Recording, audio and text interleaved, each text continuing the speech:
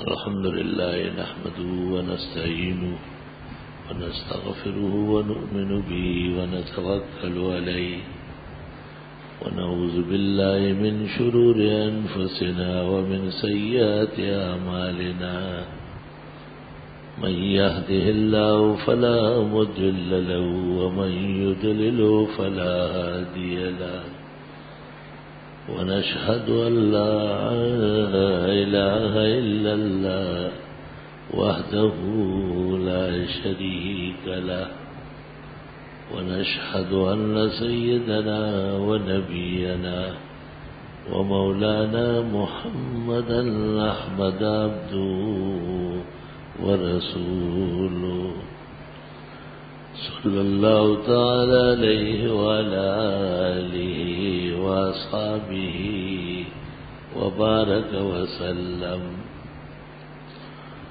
أما بعد فأعوذ بالله من الشيطان الرجيم. بسم الله الرحمن الرحيم. شهر رمضان الذي أنزل فيه القرآن هدى للناس وبينات من الهدى والفرقان فمن شهد منكم الشهر فليصم ومن كان مريضا أو على سفر فعدة من أيام أخر يريد الله بكم اليسر ولا يريد بكم العسر ولتكملوا العدة ولتكبروا الله على ما هداكم ولعلكم تشكرون. وإذا سألك عبادي عني فإني قريب أجيب دعوة الداع فليستجيبوا لي وليؤمنوا بي لعلهم يرشدون. اللهم صل وسلم على عبدك ورسولك ونبيك محمد أحمد وعلى آله وأصحابه وبارك وسلم عليه. بہار عالم حسنش دل و جان زمیندار بہار عالم حسنش دل و جان زمیندار برنگ صحاب صورت را ببو ارباب مانارا. قابل قدر بزرگوں، محترم بھائیوں اور معزز سامعین، آخری عشرہ ہے جس کو حدیث میں کہا ہے آخر عتق من النار، جہنم سے کی آگ سے خلاصی کا باعث ہے یہ آخری گھڑیاں، آخری ہفتہ، آخری دن. تیسرا عشرہ جب شروع ہوتا ہے محدثین کہتے ہیں یہی مراد ہے حدیث میں، اولہ رحمہ وأوسطه مغفرہ وآخرہ عتق من النار. گویا مہینے کو 3 دہائیوں پر تقسیم کیا. پہلا عشرہ رحمت ہے. رحمت حقیقت میں نوید مسرت کو کہتے ہیں، خوشی کے پیغام اور پروگرام کو کہتے ہیں رحمت. السلام علیکم ورحمۃ اللہ، تم سلامت رہو، ہم ہر طرح تمہیں امان دیں گے اور یہ امان اور سلامتی تمہیں مبارک ہو. اللہم افتح لی ابواب رحمتک، خدایا مسرت کے پیغامات اور خوشیوں کے جو سلسلے ہیں ان کے دروازے ہمارے لیے کھول لیں۔ وما ارسلناک الا رحمتا للعالمین، حضرت کی تشریف آوری سے آسمان و زمین کے خزانے رحمت کے کھل گئے ہیں۔ اللہ رب العزت نے مخلوق کے ساتھ جو بڑا احسان کیا وہ محمد عربی صلی اللہ علیہ وسلم کی بعثت ہے، ختم المرسلین صلی اللہ علیہ وسلم کی تشریف آوری ہے، اور ان کے امتی ہونے کا شرف اور عزت جو ہمیں عطا ہوئی ہے۔ فبما رحمت من اللہ لنت لهم، یہ آپ کا مقام اور مرتبہ ہی خدائی رحمت ہے۔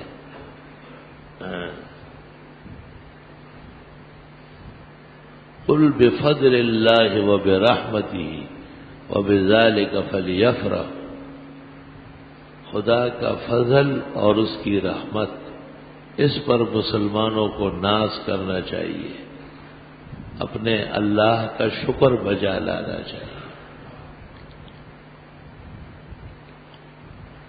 اللہ، رمضان المبارک کے 3 عشرے ہیں، پہلے 10 دن 10 راتوں کو رحمت کہا ہے، درمیان کے 10 دن 10 راتوں کو مغفرت کہا ہے، اور آخری 10 دن اور 10 راتوں کو جہنم سے خلاصی اور نجات کہا ہے۔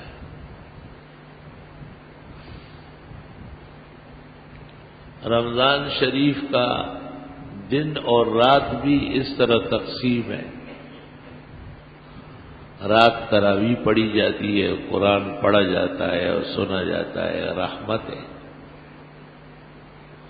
سحری میں اٹھتے ہیں اور روزے کی تیاری کرتے ہیں، یہ مغفرت ہے۔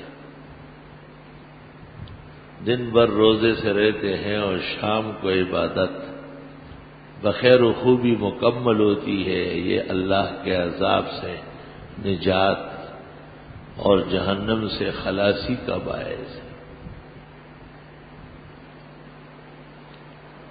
رمضان شریف کا ہر دن ہر لمحہ بہت بیش بہا اور قیمتی ہے۔ اس سے بڑھ کر کیا ہوگا کہ جہنم کے دروازے بند ہیں، اس سے بڑھ کر اور کیا ہوگا کہ شیاطین باندھے گئے ہیں، جکڑے گئے ہیں۔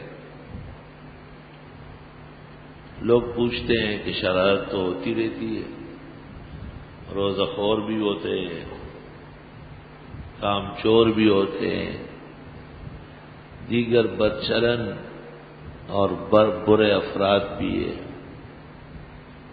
شیطان کے بغیر یہ گناہوں کا بیڑا کیسے چل رہا ہے؟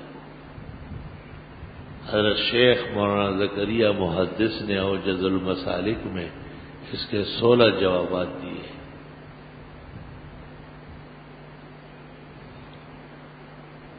میں تو سمجھتا ہوں کہ ان لوگوں کے لیے رمضان ہوتا ہی نہیں، جیسے غافل کے لیے لیلۃ القدر نہیں ہوتی، عابد زاہد شب بیدار کے لیے ہوتی ہے۔ اور یہ بھی کہا جاتا ہے کہ شیاطین تو بندے گئے ہیں،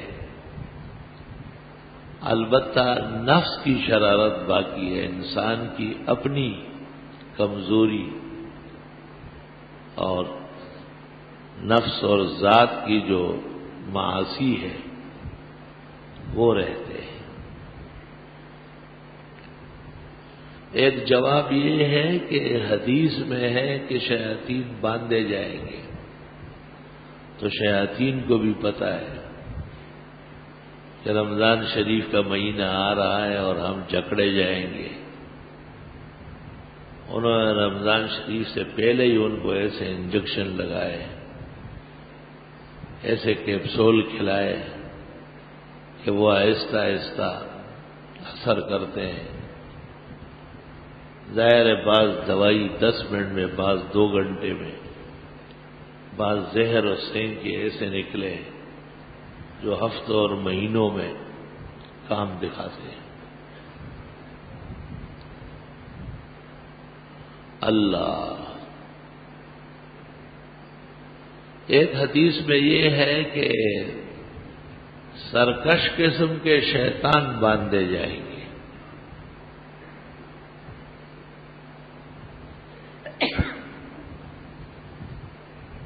جو ان کے سرغدے ہیں، جیسے پارٹیوں کے لیڈر اور ان کے مختلف شہروں کے صدر، سیکریٹری، مار داڑ کے افراد. حکومت کے پاس ان کی لسٹیں ہوتی ہے، جب چاہتی ہے پکڑ لیتی ہے. لیکن اور بھی ان کے کارکن ہوتے ہیں، اور واردات کرنا اور حادثات کرنے کے لیے کوئی بڑا فن تو نہیں چاہیے. اس کے لیے تو شرارت نفس چاہیے، وہ کر لیتے ہیں.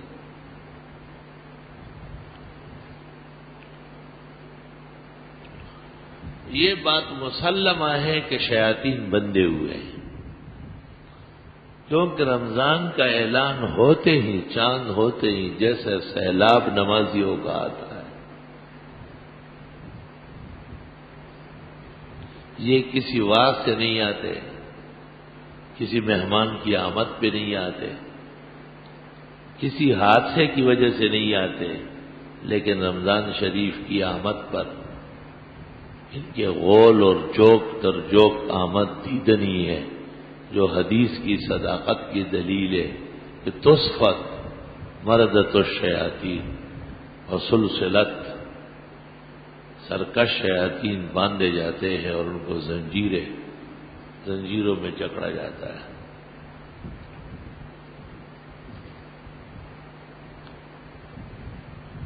میں نے ایک شخص کو دیکھا تھا،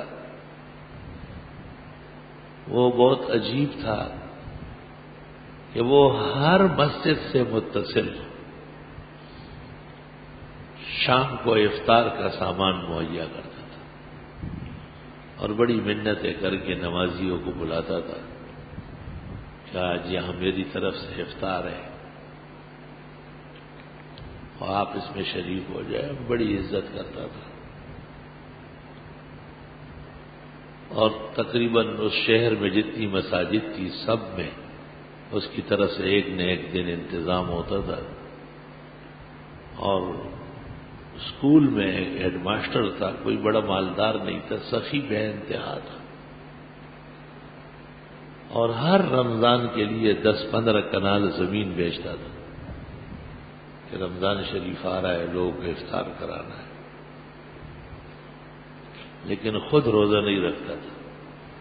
جب افطار کا وقت ہو جاتا تھا تو غائب ہو جاتا. میں نے اس کو ایک دن کہا، مجھے کچھ واقفیت ان سے ہو گئی تھی. میں نے کہا یہ روزے داروں کا اتنا بڑا اکرام کرتے آپ، تو آپ خود اکرام کے مستحق نہیں ہیں. تو یقین کرے وہ رونے لگا. اس نے کہا مجھے روزے کی اجازت نہیں دے رہا ہے اللہ تعالیٰ، اور میں ایسا مریض ہوں، ایسا مریض. ایک تقریر شروع کر لی. اتنی بات تو میں سمجھ گیا کہ پکا مسلمان ہے. یہ آنسو اور رونا دھونا کس بات کا ہے؟ وہ اس لیے کہ اسے حسرت تھی بہت زیادہ، اور کسی ایسے مرض میں مبتلا تھا واقعی کہ اس کا روزہ نہیں رہ سکتا تھا. عجائب و غرائب امراض بھی ہے اور انسان بھی ہے.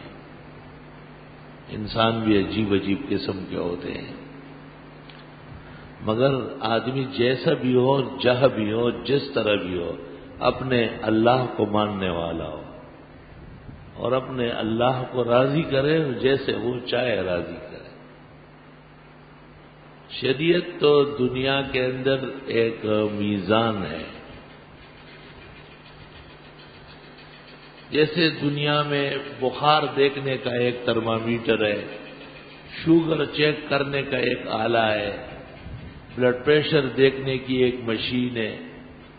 اس طرح دنیا کے اندر نیک اور بد سمجھنے کے لیے اللہ تعالیٰ نے شریعت کو میزان بنایا ہے. اس کے مطابق ہونا یہ ضروری ہے، اس میزان پر فٹ ہونا. اس میزان میں چوکنا اور اس سے خطا کرنا اور آگے نکلنا سب غلط ہے، تباہ کاری ہے. میں نے اس کو وہ واقعہ سنایا عدی بن حاتم کا کہ جب اس کی لڑکی غزوہ خیبر میں پکڑی گئی بمعاں لشکر کے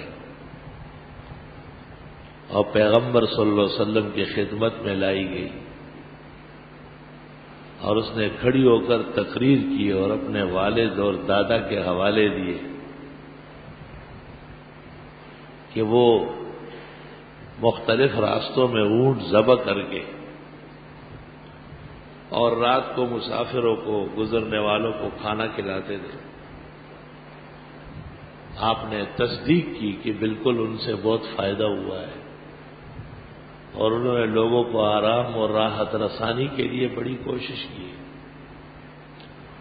اور آپ نے صحابہ کو حکم دیا کہ اس کے تمام واجبات واپس کر دیں اور اس کی زمینیں اور اس کے گھر کوئی ہاتھ نہ لگائے. ان کے بڑے محسن تھے اور انہوں نے بڑا کام کیا ہے. آپ نے اس کو یہ بھی کہا کہ میں خدا کا پیغمبر ہوں، ہم خیر کی قدر کرتے ہیں، ہم صرف ملوک و سلاطین کی طرح انتقام نہیں لیتے بلکہ جن لوگوں میں خیر رہی ہے ہم ان کی قدر کرتے ہیں. اس لیے آپ کو اسلامی لشکر اور فوج کچھ نہیں کہے گی. انتہائی اعزاز و اکرام کے ساتھ آپ اپنے منصب پر قائم رہیں. تو آپ سے پوچھا گیا کہ کیا حضرت اس شخص کی مغفرت بھی ہوئی ہے؟ تو حضرت نے کہا کہ نہیں، مغفرت نہیں ہو سکتی کیونکہ اس نے اللہ سے کبھی معافی نہیں مانگی. ایک دن بھی اس نے یہ نہیں کہا تھا. خیرات بہت کرتا تھا، وہ بکرے اور اونٹ کاٹتا تھا، مختلف راستوں پہ دسترخوان لگواتا تھا. اس کے لوگ جنگلوں میں دشتوں میں راتوں کو اونٹ کاٹ کے اور ان کے گوشت سینکتے اور دھوئے اور آگ دیکھ کر مسافروں کے قافلے ادھر امنڈاتے تھے. اور آپ نے اس کا احترام کیا، لیکن فرمایا کہ اس نے یہ کہا ہی نہیں تھا کہ میری مغفرت کر لے، اس لیے مغفرت اس کی نہیں ہو، بغیر مغفرت کے رہے گا.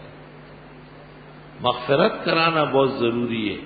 اس لیے رب العزت نے رمضان شریف کو جو شان دی ہے کہ اس کا پہلا حصہ رحمت ہے، دوسرا حصہ مغفرت ہے اور آخری حصہ جہنم سے خلاصی ہے. پھر ایک روایت یہ ہے کہ جہنم کے دروازے بند ہیں. ظاہر ہے رمضان کا تعلق مسلم سے ہے، کافر کے لیے رمضان نہیں ہوتا. کفار کے جہنم اور ان کے لیے جو دوزخ تیار کی گئی ہے وہ رمضان اور شعبان اور شوال میں ایک جیسے ہے. مہینے کا تعلق رمضان شریف کا اسلام سے ہے اور مسلم سے ہے. مسلمانوں کے حق میں جو شخص ایمان اور کلمے پر رمضان شریف میں مرا ہے، کبھی امید ہے بارگاہ الہی کے فضل و احسان سے کہ ان سے عذاب بالکل اٹھ گئے ہیں. سچے پیغمبر نے خبر دی ہے اور قیامت تک کے لیے وہ بغیر عذاب کے راحت میں ہوگا. اور قیامت جب برپا ہو جائے گی تو ایک طبقہ انبیاء کا ہے جن کو کہا جائے گا کہ بغیر حساب کتاب کے آپ جنت جس وقت چاہے داخل ہو جائے، تمام انبیاء. لیکن انبیاء علیہ السلام میدان حشر میں رہیں گے کیونکہ ان کو اپنی اپنی امتوں کے گناہگاروں کی بڑی فکر ہوگی. جناب نبی کریم صلی اللہ علیہ وسلم نے فرمایا کہ میرے لیے ایک منبر لایا جائے گا میدان حشر میں، اور مجھ سے ملائک کہیں گے کہ آپ اس پر بیٹھے، لیکن میں نہیں بیٹھوں گا۔ مجھے ڈر ہے کہ اگر میں بیٹھ گیا وہ منبر اڑ کر جنت الفردوس چلا جائے گا تو یہ لوگ سب رہ جائیں گے مجھ سے۔ آپ نے فرمایا میں ان کا تمام حساب کتاب اپنے سامنے کرواؤں۔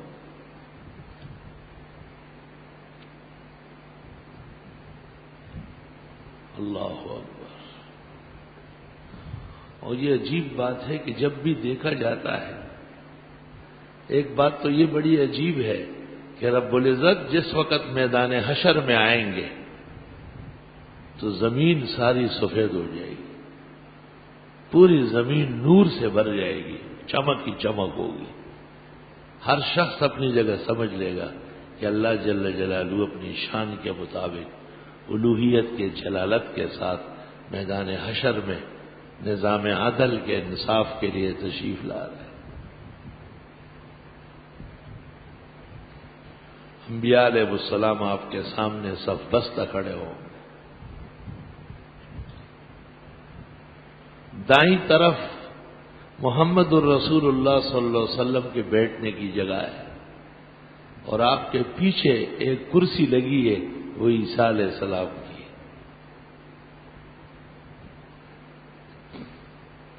آپ جو امت کی شفاعت کریں گے، درمیان درمیان میں عیسیٰ علیہ السلام آپ کو لقمے دیں گے، اور آپ سے بعض افراد کا کہیں گے کہ حضرت ان کی شفاعت مجھے چھوڑ دیں،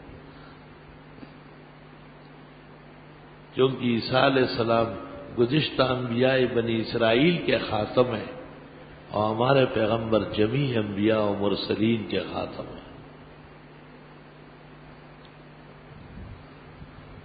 انبیاء علیہ السلام کے سامنے پھر صفیں ہوگی صحابہ کی، ہر نبی پر جو ایمان لائے ہیں وہ اعلیٰ درجے کے مسلمان ہیں، اور پھر ہمارے پیغمبر کے صحابہ۔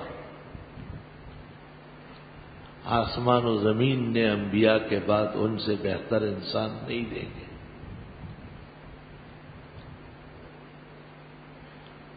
بعض روایات میں ہے کہ حضرت عمر کو بھی حق کے شفاعت دیا جائے گا، اور پھر تیسری صف شہداء کی ہوگی۔ ہر اسلامی معرکے میں اسلام کی سربلندی کے لیے جن لوگوں نے جان دی ہے، جس دور اور زمانے میں، وہ شہداء ہے۔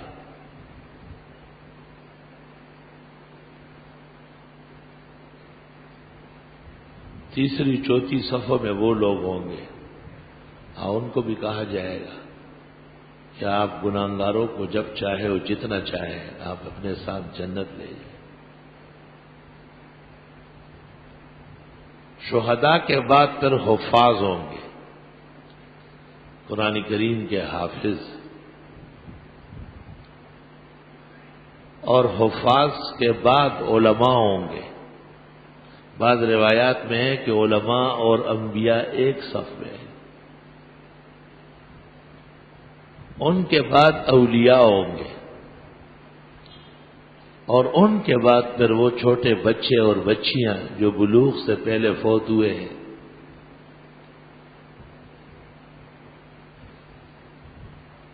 چھوٹے چھوٹے بچے اور بچیاں جو مسلمانوں کے مرتے ہیں، وہ صفوں کے اندر ماں باپ کو تلاش کریں گے، نعرے لگائیں گے، اپنے ماں باپ کو آواز لگائیں گے، اور ان کی آواز کو پھر فرشتے اٹھائیں گے، اور کچھ دیر بعد ان کے ماں باپ کو ان سے ملا دیا جائے گا۔ اس لیے ایک چھوٹے بچے یا بچی کے جنازے میں بھی آپ پڑھتے اللہم اجعلہ لنا شافعا و مشفعا، خدا یہ ہمارے لیے سفارشی اور سفارش قبول کیا ہوا بنائے۔ 120 صفیں قائم ہو جائے گی میدان حشر میں، کل 120 صفیں ہوگی۔ صف اتنی بڑی ہوگی کہ مشرق سے مغرب تک ایک صف ہوگی۔ شام کی سرزمین سے شروع ہوگا لیکن پوری دنیا اس کی لپیٹ میں آ جائے گی۔ حدیث میں ہے یہ دنیا ایسی ہوگی زمین جیسے ایک روٹی جو آپ دسترخوان پر بچھا رہے، بس اتنی ہوگی۔ اور قرآن کریم میں ہے کہ لوگوں کی نگاہیں بڑی تیز ہو جائے گی۔ اگر مشرق میں ایک آدمی کھڑا ہے اور مغرب کے اندر فاختے کا انڈا رکھا ہوا ہو تو وہ اس کنارے سے اس کنارے تک دیکھے گا، اس کو وہ انڈا نظر آئے گا۔ فکشفنا عنک غطاءک، اللہ تعالیٰ فرماتے میں آپ کے پردے دور کر دوں گا۔ فبصرک الیوم حدید، آج آپ کی بینائی بڑی تیز ہوگی، ایسی تیز کہ ایسی کوئی مشین بھی دنیا میں نہیں۔ ویسے بھی جب انسان کی روح نکلتی ہے اس کو سبع سماوات و ارضین نظر آتے ہیں، ساتوں آسمان و زمین تک نگاہ جاتی ہے، ملائک کو دیکھتا ہے، وہ گزشتہ زمانوں کے مردوں کو عالم برزخ میں دیکھتا ہے۔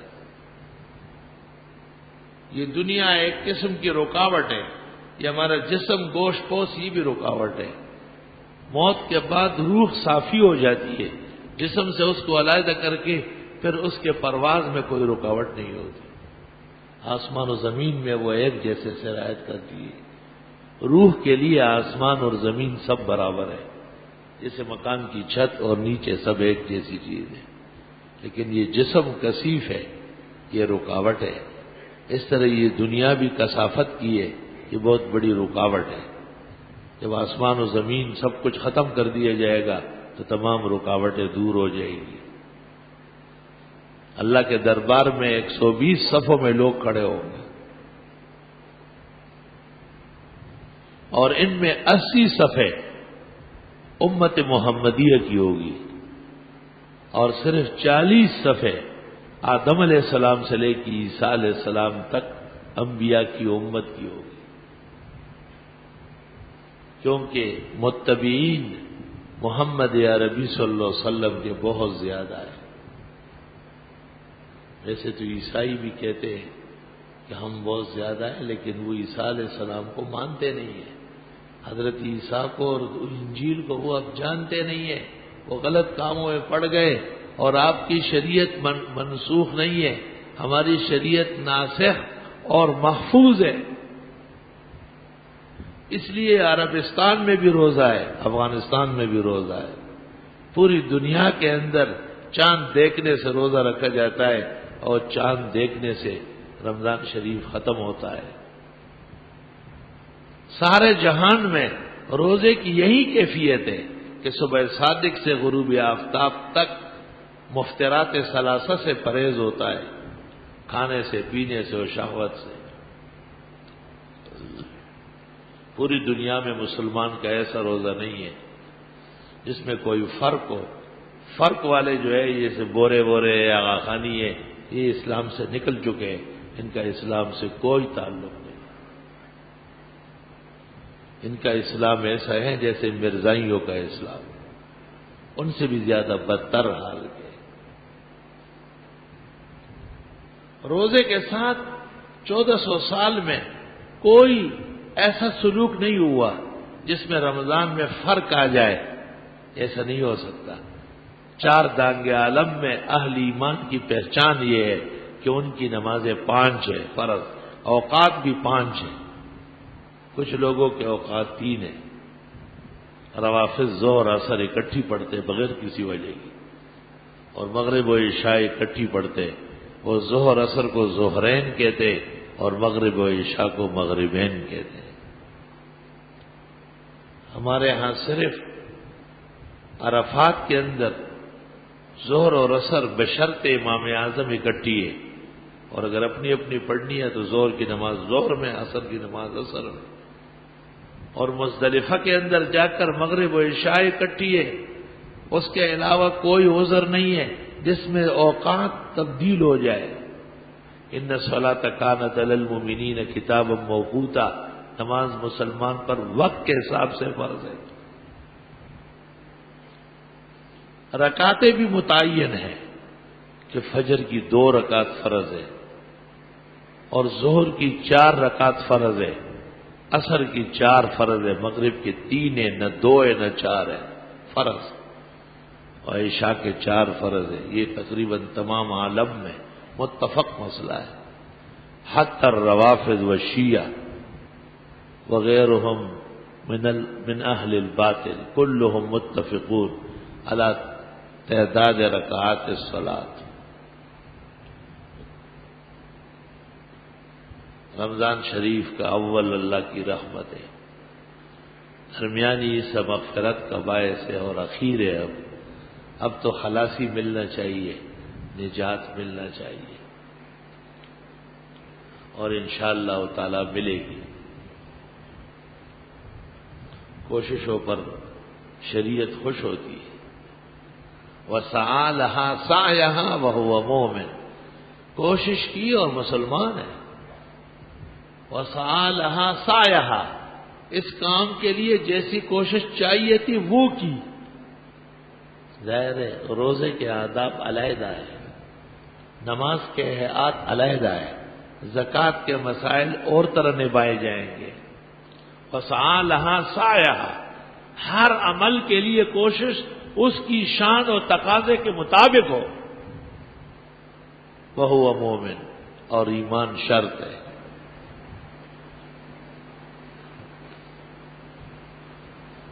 رمضان المبارک میں مسلمان کچھ کوشش تو کرتے ہیں۔ میں نے رات کو ایک ڈاکٹر صاحب کو فون کیا، ان کی اہلیہ نے بتایا کہ ڈاکٹر صاحب گھر پر تراویح پڑھتے ہیں اور روزانہ 6 پارے سنتے ہیں، اور 3 حافظوں کو اپنے گھر پر لائے، تو آپ 1 بجے کے بعد وہ فارغ ہوں گے، آپ یا تو 1 بجے کے بعد فون کریں یا میں ان کو کہوں آپ کو فون کریں۔ میں نے کہا شہری میں کس وقت مناسب ہے؟ کہا 5 بجے۔ ایک ڈاکٹر جو دل کا اسپیشلسٹ ہے، بہت اعلیٰ صلاحیتوں کا، دن بھر محنت کرتا ہے، کتنے مریضوں کو دیکھتا ہے، کتنے لوگوں کو اس کی وجہ سے آرام آتا ہے، لیکن وہ اپنے رمضان شریف کو پورے قرآن کی بہاروں کے ساتھ گزارتا ہے۔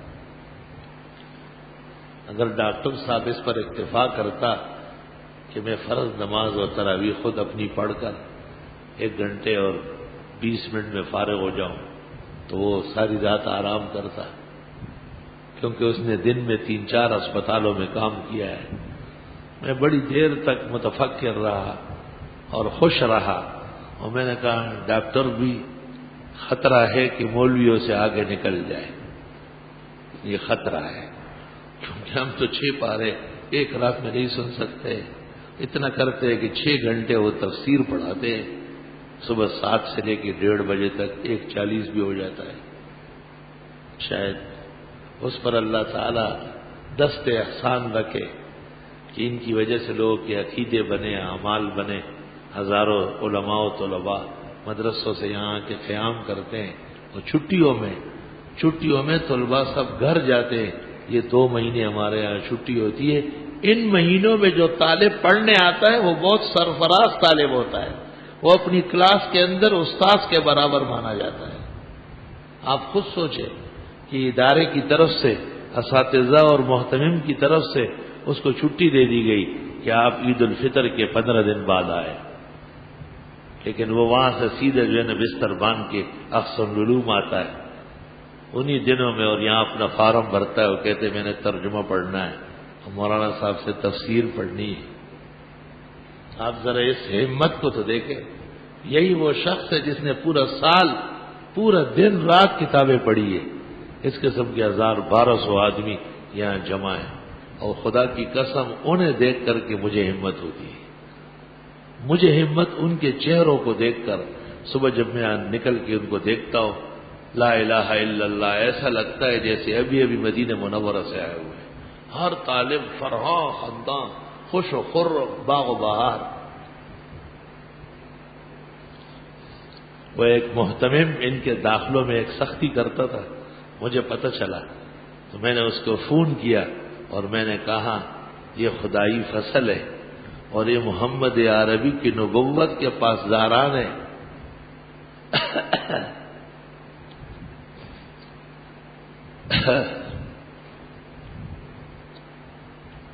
ویسے اس کو سمجھانے کے لیے میں نے کہا کہ مشرف بش اور بلیئر کے میزائلوں کے درمیان میں آپ کے پاس پڑھنے آئے. وہ کہاں چاہتے ہو؟ کہتے نہیں ہونا چاہیے. میں نے کہا تمام میزائلوں کا اور ایٹمز کا مقابلہ کرنے والے یہی جماعت ہے. کیا کیا الزامات، کیا کیا تہمتیں. انہیں ان باتوں کا پتہ ہی نہیں. وہ اس شہر میں بھی پڑھنے آتے ہیں جہاں علماء کیسے مارے گئے، کیسے بڑے بڑے اکابر کی لاشیں گر گئی. وہ لوگ تم نے ایک ہی شوخی میں کھو دیے، پیدا کیے فلک نے جنہیں خاک چھان کر. اور اپنے مظالم پر پردہ ڈالنے کے لیے اور جگہ بھی وہی واقعات اور علماء کرتے ہیں. تو واقعی یہی ایک باب ہے، یہ طالب علموں کے ساتھ حسن سلوک. ورنہ حقیقت یہ ہے کہ اب نہ وہ طاقت رہی ہے نہ وہ توانائی رہی، اور 20 سال دور حدیث کو ہو گئے، 20 سال تفسیر کو ہو گئے. الحمدللہ عرب و عجم میں لاکھوں تلاميذ اور نسبت بردار توحید و سنت کے کام کے لیے کمر بستہ ہے. ایک خاتون نے جو انٹرنیٹ پر تفسیر سن رہی ہے مجھے ٹیلی فون کیا، کیونکہ میں خود تو انٹرنیٹ پہ نہیں جاتا. بعض مسائل ایسے ہیں کہ ایسے ہی دلچسپی کے لیے میں کہتا ہوں کہ اس مسئلے میں میں تن و تنہا ہوں، میرے ساتھ کوئی اور نہیں ہے، اور مسئلہ 100% پکا پختہ اینڈ قرآن و سنت کا مدعا، اس کے علاوہ کوئی اور بات نہیں. تو وہ کہنے لگی کہ آپ یہ نہ کہیں، کیونکہ جب آپ کہتے ہیں میں تن و تنہا ہوں تو ہمیں رقت طاری ہو جاتی ہے اور وہ بے ہوش ہو کے گر جاتی. عورتوں میں بھی اتنا جذبہ اللہ نے ایمان کا ڈالا ہے. کہاں مشرق اور مغرب میں جا کے انٹرنیٹ پر 5-5.5 گھنٹے روزانہ قرآن مجید سننا ہے ایک عورت ذات کو.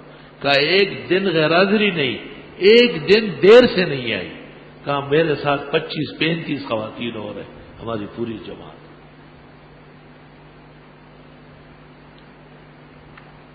اور ایک ٹیلی فون آیا کہ انٹرنیٹ پر ایک لڑکا آپ کا درس سن کر کے ہندو مذہب سے مسلمان ہوا ہے، اور وہ اب چاہتا ہے کہ میں شیخ سے بات کروں جن کی وجہ سے مجھے اسلام کا کلمہ نصیب ہوا. وقت بالکل ٹھیک تھا، میں تسلی سے بیٹھا تھا. میں نے کہا ٹھیک ہے. 5-10 منٹ بعد پھر فون آیا کہ اصل میں اس وقت جب ان کو یہ پتہ چلا کہ آپ ٹیلی فون پر خود موجود ہیں تو ان پر رقت طاری ہوئی اور بے ہوش ہو گیا. پھر جب اس کی طبیعت اچھی ہو جائے گی اور آپ کے پاس وقت ہو، میں نے کہا جب وہ چاہے، رات کے تراویح کے بعد سے لے کے صبح صادق تک، اس درمیان میں جب وہ کہے میرے ٹیلی فون کی گھنٹی بجائے. یہ عشق دیکھو، یہ عقیدت دیکھو. 15ویں صدی میں جس طرح کفر اسلام کے خلاف یلغار پر تلا ہوا ہے، اس طرح اللہ نے بھی اپنے دین کی برکتیں اور عنایات کو آسمان و زمین میں پھیلائے ہوئے. الحمدللہ کوئی ایجنڈا دینی مدرسوں کے خلاف پاکستان کی زمین پر چل نہیں سکے گا. اچھی طرح یاد رکھو، پاکستان بنایا علماء نے. پاکستان کا پہلا شیخ الاسلام مولانا شبیر احمد عثمانی دارالعلوم دیوبند کے محتمم اور شیخ الحدیث ہے. پاکستان کے بانی محمد علی جناح کا جنازہ ان کی وصیت کے مطابق میری خواہش ہے کہ میرے جنازے کی نماز کی امامت مولانا شبیر احمد عثمانی دیوبندی کر لے. دیوبندیت پاکستان کا سرکاری مذہب ہے. جن کو خدا سمجھ دے اور عدالت میں صحیح آدمی بیٹھے گا اگر میں نہ ہوں میرا کوئی نام لیوا ہوگا اور اس کو منظور کروائے گا انشاءاللہ۔ پاکستان توحید و سنت کے لیے بنا ہے۔ قبر پرستی، درگاہیں، شرک اور بدعت ہندوستان میں بہت تھی، کوئی کمی نہیں تھی۔ ایک علیحدہ ملک خاص کلمے کے لیے، لا الہ الا اللہ کی صحیح تشریح کے لیے حاصل کیا گیا ہے۔ یہ اور بات ہے کہ غاصبوں نے اور ڈاکوؤں نے صحیح مقصد کو نکھرنے نہیں دیا، نپنے نہیں دیا۔ پیوست رہ شجر سے امیدی بہار رکھ۔ رمضان شریف کا مہینہ بڑے مسلمانوں کے خاطر خواہ عزت و توقیر کا مہینہ ہے۔ جیسے بہار آتی ہے، آپ نے دیکھا ہوگا اجڑے ہوئے درخت، چھٹی ہوئی شاخیں اور خزان سے پٹے ہوئے پودے، ان میں تازگی آ جاتی ہے۔ مختلف حیثیتوں سے ان کے کومپل اور ان کے کلیے، شگوفے، پتے نکھرنا شروع ہو جاتے ہیں، نکلنا۔ بالکل مذہب کا بہار ہے۔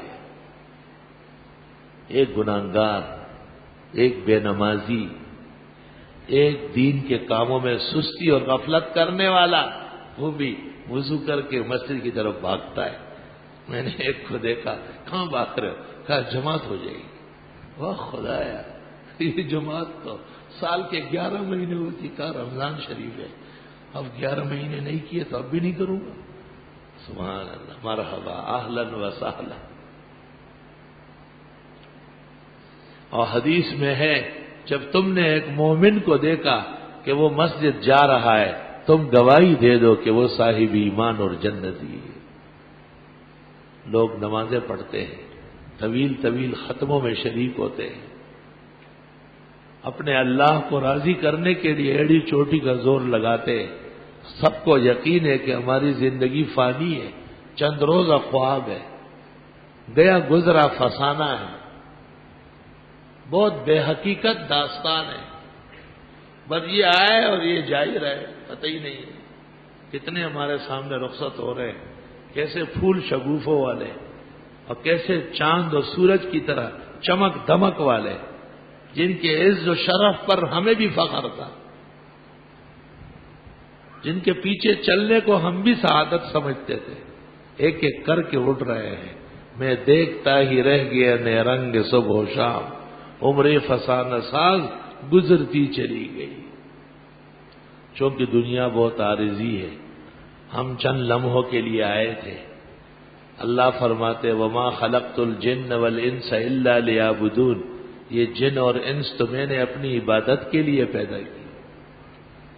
بہترین عبادات میں سے مومن کی نماز ہے، بہترین عبادات میں سے مومن کا روزہ ہے، بہترین صلاحیتوں کا اور دینی بہاروں کا جامع ہے رمضان المبارک۔ خوش قسمت ہے وہ مومن جو اپنے بساط لپیٹ کر اس مہینے میں کمر بستہ ہو جاتا ہے۔ اللہ تعالیٰ سے یہ دعا بھی کرنا ضروری ہے کہ اس کے بعد بھی وہ غیر نہ ہو اور یہ مبارک اثرات اس کے اوپر ہو۔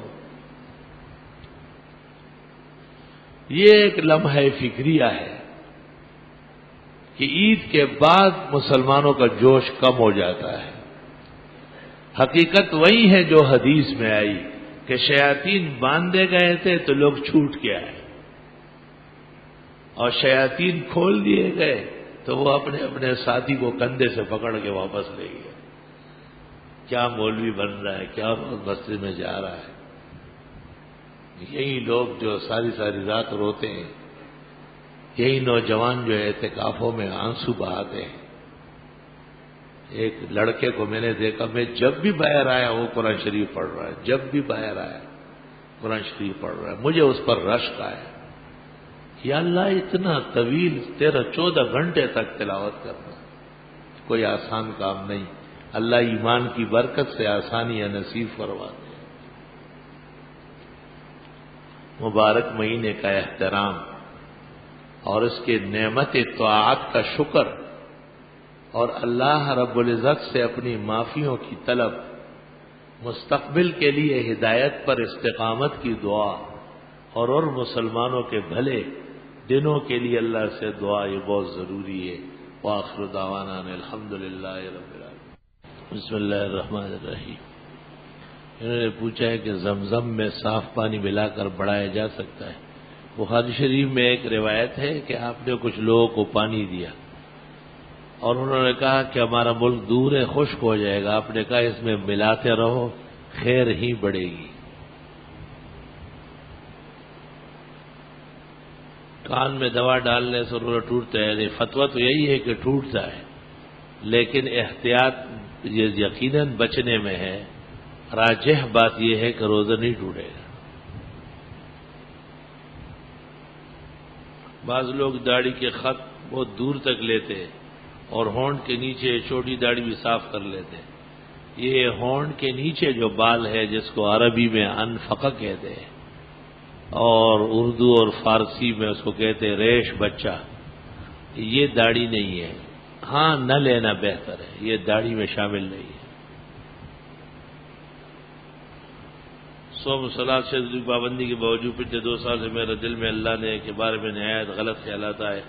ایسا لگتا ہے کہ میں اسلام سے ہی نعوذ باللہ خارج ہو گیا. برائے میں خیالات کی رکاوٹ کا کوئی طریقہ بتائے. پہلی بات تو یہ کہ آپ کا یہ خیال کہ آپ صوم صلات شرعی حدود کے پابند ہیں، یہ بالکل بکواس ہے. آپ کا دل ہی پلیت اور گندا ہے تو صوم صلات کیا چیز ہے؟ اس کی کوئی حقیقت نہیں. تم خود کہتے ہو کہ میں اسلام سے خارج ہو گیا ہوں، لہذا آپ دوبارہ کلمہ پڑھیں اور نکاح دوبارہ کرائیں. حج اگر کیا ہو تو وہ بھی دوبارہ کرنا پڑے گا. مرتد کیا ہے؟ کام پورے آپ پر جاری ہو. مذاق سمجھا ہوا ہے دین کو. سننے میں آیا ہے کہ نماز جنازہ میں پیچھے کھڑا ہونے میں ثواب زیادہ ہے بشرطے کہ اگلی صفحے پوری ہو اور اتفاقاً کسی کو پیچھے جگہ مل گئی. یہ نہیں کہ آپ اول صف چھوڑ کے پیچھے چلے گئے، پھر تو مردے کے ساتھ کوئی بھی نہیں ہوگا، سب صفحے پیچھے بنے گی. پھر تو مدرسے میں صفحے نہیں، عمارت کے پیچھے بنے گی، وہ پیچھے والی ہوگی. سحری ختم کرنے کا صحیح وقت کون سا ہے؟ اپنی دونوں ٹانگیں 4 پہ سے باندھ دو اور پھر کھینچنا شروع کر دو. سحری جب آپ روک لیں گے تو بند ہو جائے گی، اور کیسے بند ہوگی؟ بعض لوگ اذان کی پہلی تکبیر سن کر پانی پی کر روزہ رکھتے ہیں. نہیں، درست بات یہ ہے کہ وقت سے تعلق ہے، اذان سے نہیں. اگر وقت داخل ہو چکا ہے، اذان نہ بھی ہوئی، تب بھی آپ نے کھا لیا تو روزہ نہیں ہوا.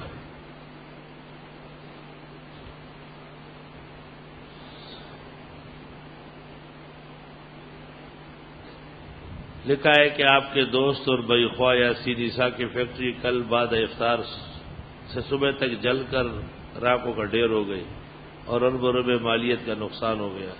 یاسین عیسیٰ نے 5 سال سے یہاں تعلق توڑا ہوا ہے. ہمارا دوست تھا اور بھائی خواہ تھا، اب نہیں ہے. تاہم اب ان کے نقصان پر رنجیدہ ہے اور اللہ اس کو بہترین نعم البدل عطا فرمائے. کسی بھی مسلمان کے نقصان سے مسلمان کو صدمہ ہوگا. اس کے لیے دعا بھی کرے کہ وہ دماغ صحیح رکھے. اپنا دماغ بہت زیادہ چڑھتا چلا جا رہا ہے اس کا. مرفوع حدیث سے کیا مراد ہے؟ جو پیغمبر تک پہنچ رہی ہو. زمزم بیٹھ کر پینا جائز ہے، کھڑے ہو کر افضل ہے. وطر کی جماعت میں 30 رکعت میں اللہ اکبر کہہ کر غلطی سے رکوع میں چلے گئے تو کیا واپس قیام کیا رہے لوٹ کر؟ نہیں، بس آخر میں سے جسو کر رہے. بعض قاری رمضان میں قرآن ہاتھ میں لے کر اور دیکھ کر تلاوت کرتے ہیں، نماز فاسد ہوگی. ایسی صورت میں نماز نہیں ہوگی، نہ ان کی ہوگی نہ پیچھے پڑنے والوں کی. عورتوں کو دفنانے کا طریقہ بیان فرمائے.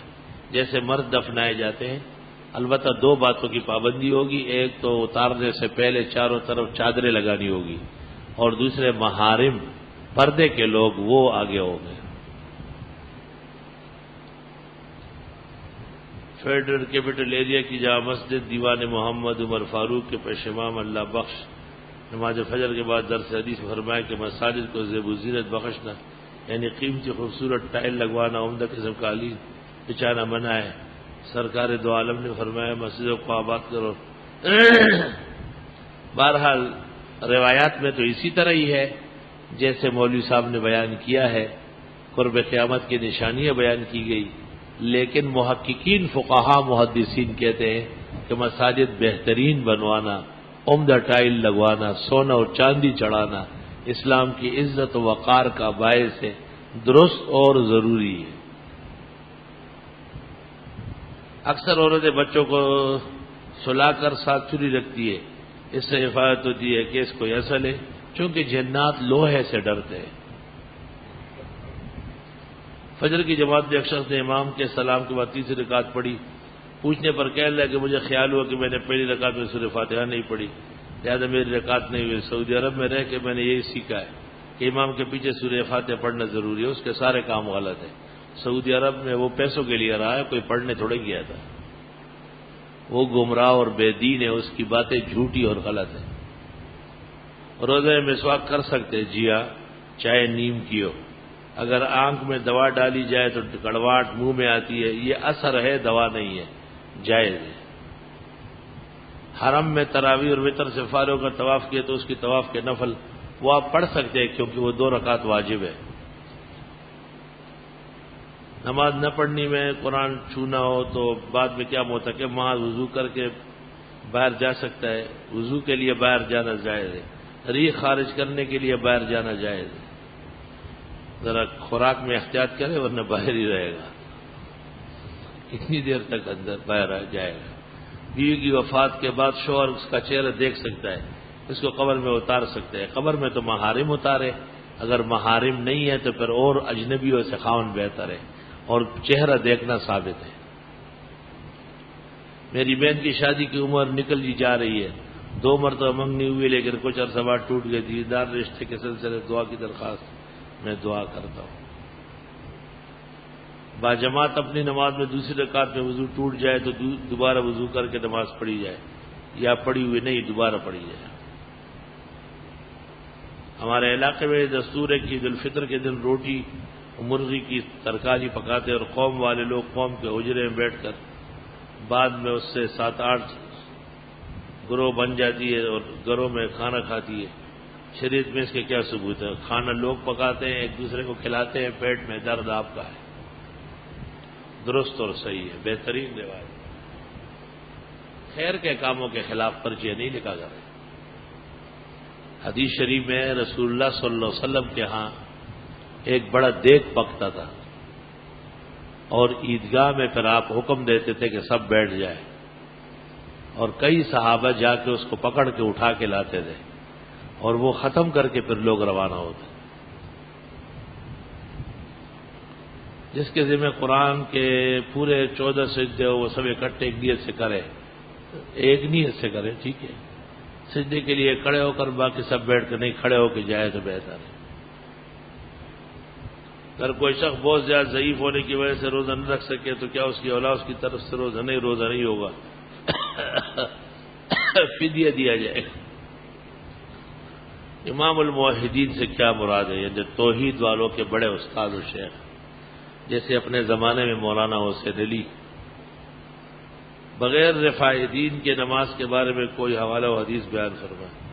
بغیر رفاع دین، شاباش، شکر کرو کہ قمیض کی جگہ شلوار نہیں پہنی۔ ہم سے حوالہ مانگ رہے اور رفع دین کو رفاع دین لکھا ہے، وہ کٹور دا پتھر، تجھے کچھ شرم و حیا ہے؟ رفع دین والے ہوتے ہی تجھ جیسے، ان میں صحیح انسان تو ہوتا نہیں ہے۔ میری والدہ لیاقت نیشنل میں داخل ہے، دعائے صحت، اللہ صحت و شفا عطا فرمائے۔ آپ 2 اذانوں سے پہلے بیان فرماتے ہیں، جبکہ پنجاب کے علماء پہلی اذان کے بعد، بس وہ بھی طریقہ ہے، یہ بھی ایک طریقہ ہے۔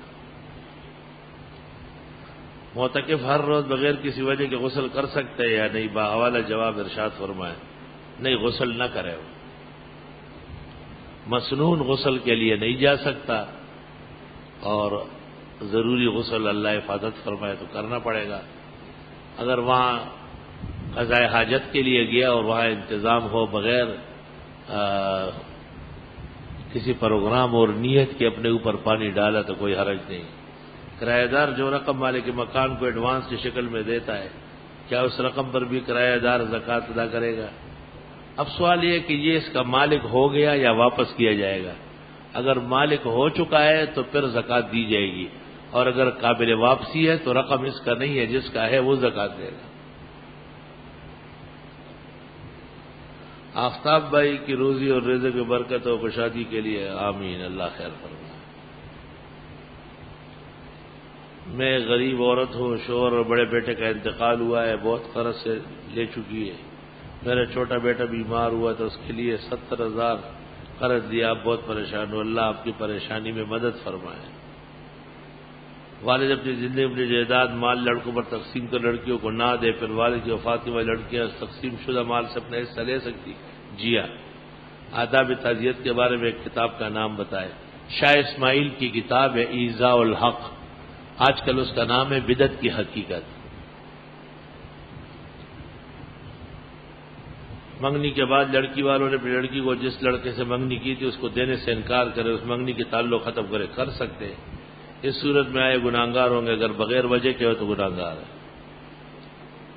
بخاری شریف مسلم شریف سے پہلے لکھی جانے والی کتابوں کے نام امام محمد کی کتاب ہے، ابن المبارک کی کتاب ہے، وکی کی کتاب ہے، ابو یوسف کی کتاب ہے، سب ان سے پہلے. ایسے شخص کو زکوٰۃ دی جا سکتی ہے جو بے روزگار ہو، اس کے گردے کی منتقلی کا آپ نے کی، کوئی دلیل نہیں ہے. سوال یہ ہے کہ وہ صاحب نصاب نہ ہو. لڑکا لڑکی اپنی پسند سے شادی کرے اور اس میں والدین کی رضامندی کس حد تک ضروری ہے؟ ہر حال میں والدین کی رضامندی ضروری ہے. ہم آپ سے سنتے ہیں کہ مرنے کے بعد انسان کے اعمال کی پوٹلی باندھ دی جاتی ہے، اس کے اعمال ہے نہ کوئی گناہ لکھا جا سکتا. تو جب ہم اس سارے ثواب کرتے تو کیا حقیقی طور پر اس کا ثواب بالکل ثواب پہنچتا ہے باقاعدہ. حصول ثواب کے لیے کیا ضروری ہے کہ آپ کو پتا ہو کہ اس کام ثواب ملے گا، یا جیسے بعض رات کا یہ عذر پیش کرنے کا فلاں مسئلے کا ہمیں پتہ نہیں تھا اس لیے اس کا کوئی گناہ نہیں. عذر گناہ بدتر از گناہ. باجماعت صلاۃ تسبیح نوافل کی جماعت حرام ناجائز ہے. صلاۃ تسبیح پڑھنے والے باجماعت گناہگار ہیں، جیسے شراب پینے والا گناہگار ہے اور زنا کرنے والا. اس طرح نفلوں کی جماعت کرنے والا بھی اللہ کا مجرم ہے. اکثر لوگ شب برات لیلۃ القدر اپنے مردوں کو اثار ثواب کے لیے مختلف قسم کے کھانے تیار کراتے ہیں. اس کی کوئی اصل نہیں. میں اور میری اہلیہ بیمار رہے تھے، اللہ صحت شفا دے. آپ کی مسجد کے نمائش تقریباً 8 سال سے ترجمہ پڑھنے والا پیارا بھائی واصل خان شہید کو ظالموں نے 2 رمضان کو شہید کیا. اللہ تعالیٰ اس کی مغفرت فرمائے اور ظالموں کو گرفت میں لے. الحمدللہ رب العالمین. نستغفرک اللہم ونسألک السلام والعافیہ. لا الہ الا اللہ وحدہ لا شریک لہ لہ الملک و لہ الحمد وعلی کل شیء قدیر. جو بیماران ہیں اللہ ان کو صحت شفا دے، جن کے رشتوں میں دقت ہے آسان فرمائے، جن کے کاروبار میں گھٹن ہے اللہ رزق حلال کے اسباب پیدا فرمائے. جو ایمان پر مر چکے ہیں اللہ ان کی مغفرت فرمائے. پسماندگان کو صبر و اجر عطا فرمائے. صلی اللہ تعالی